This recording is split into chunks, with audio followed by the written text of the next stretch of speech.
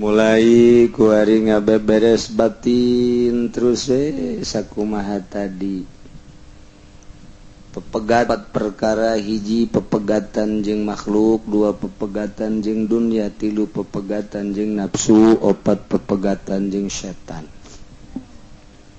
Eta bae nu dimaksud ku ilmu thariqah teh deuk usul ka Allah, awaikna gangguanna opat. Geus moal aya jelema nu suluk boga jaringan-jaringan lantaran eta mah gangguan usul ka Allah. Ulah aya di jero hate salian Allah, ulah aya sasahan di jero hate teh, ulah ta'alluq. Ulah bergantung ke atasan, bergantung ke bawahan, bergantung ke jelema, bergantung ke nu boga jabatan ulah. Allah mergaduana pepegatan jeung dunia ulah dijadikeun sandaran dunia.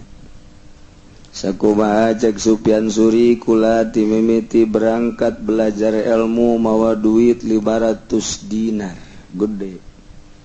Yang kebutuhan dahar kula nginum kula jeung kebutuhan belajar meuli kitab meuli pena meuli mangsi sasesana dicekel ku kula.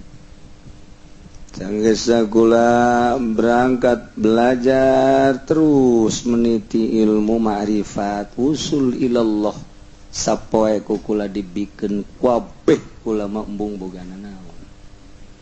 Tuari teu bogana naon sehingga anjeunna nyaritakeun law kanatis sama'u hadidan lamun langit ieu jadi besi wal ardu sakhratan bumi jadi batu, langit jadi besi teu nurunkeun hujan, bumi jadi batu teu pernah ngajadikeun naon.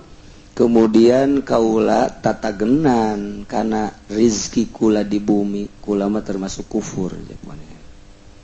Tetep moal robah kula mah hujan henteu, naon langit deuk ngahujanan nganteukeun, bumi deuk ngajadikeun jajadian atawa henteu, ulama moal robah menta ka Gusti Allah. Sebab bagian kula mah moal ku batur.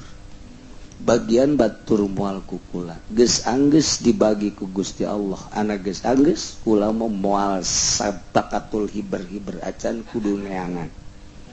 Lantaran geus diatur ku Gusti Allah.